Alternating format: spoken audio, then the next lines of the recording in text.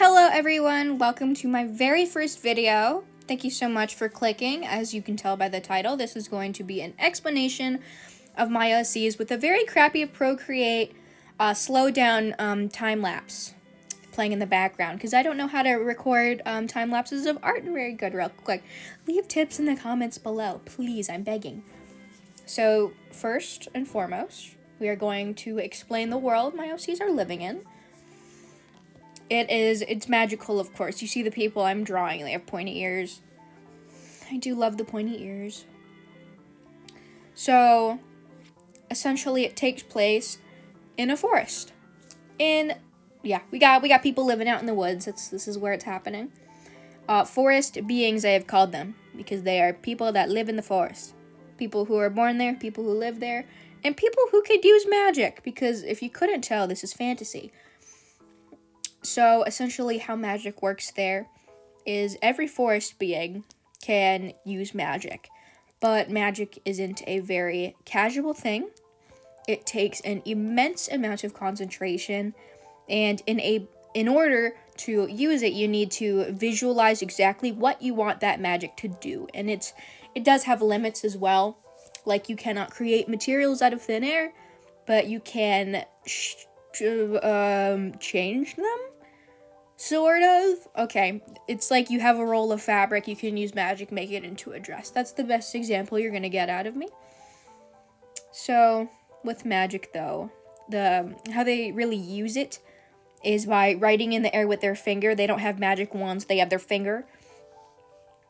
And they kind of write like a squiggle, which is meant to be a very fast writing of the word that correlates to whatever they're trying to do with their magic. It doesn't actually do anything. It's just for concentration purposes, to be able to focus on one thing at a time. And so it really just helps. Like, magic can be done without drawing in the air, but it just helps people to do it. Because not drawing in the air and doing magic would take a much higher level of concentration that not as many people would have. Like, some people wouldn't be very good at magic because their visualization skills or concentration would be not great. A part of their magic is also they can sort of control plant life, kind of like poison ivy or willow from the owl house. They can force it to grow, they can bend it and stuff, but they don't want to do as much damage to the environment. So it's more or less not as much used. And if they try and help out the forest as much as they can, so they see like fallen branches, move it out of the way. Just like, I don't know. You get what I'm saying. Whatever. So next, leadership. We're going on to the leadership. How these people live in the forest. They do have houses, as you can see in the picture I'm drawing. They have houses. They built houses. They don't just live in tents or whatever. But how I imagine it is it would be two big cities, because we have two different leaders, who I have been calling goddesses. You can't see my air quotes. Who, they are not gods by any means. They were given those names, that title I mean, because their magic is just so much stronger than that of an average person, because they actually make the average person. Part of the goddess's duty of keeping their people safe is also keeping up the population, because these guys do not reproduce themselves. How more people are made is the goddesses need their blood. They need to drop it onto a seed or something, and it will grow into a plant. And inside the flower bud is going to be an incubating child for about a year. So they don't come out as infants, they come out as slightly older infants. And then they have, like, I don't know, an orphanage or whatever. Come adopt a child or whatever. I don't think too deeply of that because it's not important as of right now. So, more on my Tamagotchi, but just went off. Is that in the audio? Oh, whoopsie. How the two goddesses work is we have the blue one, who I called the shadow goddess because I was pretty young when I wrote this. I was in middle school. It's been a while. And the other is the forest goddess, who is green. Green colors. So you'll see by my OC drawings, you'll be able to tell which is which, depending on which color I surround them with and what color their hair is. So the forest goddess would be, what was that? I'm horrible at talking. Apologies. She would be the ideal leader. She takes care of her people. She solves problems. She is very kind. She's very kind. She's very respectful towards her people. The shadow goddess is not.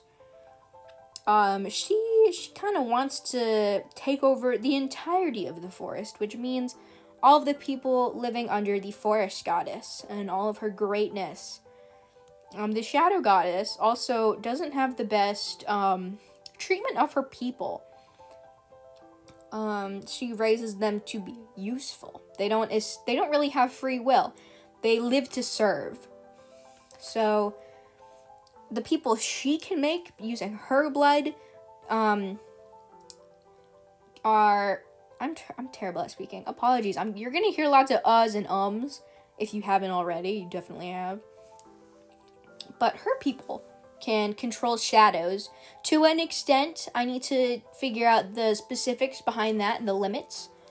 But I know one of the limits is they need to be able to see it. They need a clear vision of the shadow they want to manipulate or move or change.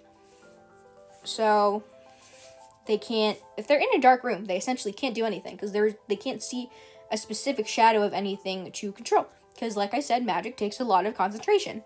It's not, you can't just use it willy-nilly. So the shadow goddess has her people, raising them to be soldiers essentially, because she'll take the rest of the forest by force if she has to. And a part of having a good army is also strength in numbers. So while yes, she does create a lot of people using her blood, another good way to get free labor and people that are easy to manipulate is the humans nearby the forest. So what she started to notice was human children kind of wander into the forest, and they're easy to manipulate. So she'll walk out of the shadows and she'll be like, "Hey kid, you wanna learn magic?" And the kid's gonna like think magic is freaking cool, depending on how old the child is. So it's easy to manipulate the younger kids and get them to do that. So humans can do magic. It's more of a toll on them. They get more tired more easily and such. But they still can do it. So with that, she now has humans as her child soldiers. Like they're going to be like teens, early adults, some of them. So her child soldiers she has, who have dubbed themselves witches. Just because they can do magic. They name themselves. She doesn't know what a witch was. Like the first human soldier she had was just like, "Oh, so I can learn magic like a witch?" And she's like, "Yeah, sure." She doesn't know what a witch is. So those are just what we're gonna call the people, the humans that can do magic. So now you have them living on the forest goddess' side of the forest. The shadow god. I messed up. I mean the shadow goddess, who has them living without free will. They live to serve. There will be consequences if you don't do what you're told. And she is not opposed to straight up killing people. So that is a little mini introduction to the world building that I have. I don't have too much time left. I hope you enjoyed this very crappy speed paint, or you use this as just something to listen to in the background. But if you have any questions at all down below, I am happy to answer all of them. Thank you so much for making it to the end of the video. There will be a part 2 out as soon as I make another piece of art that I can use as a speed paint. Have a lovely day, morning or evening, everyone.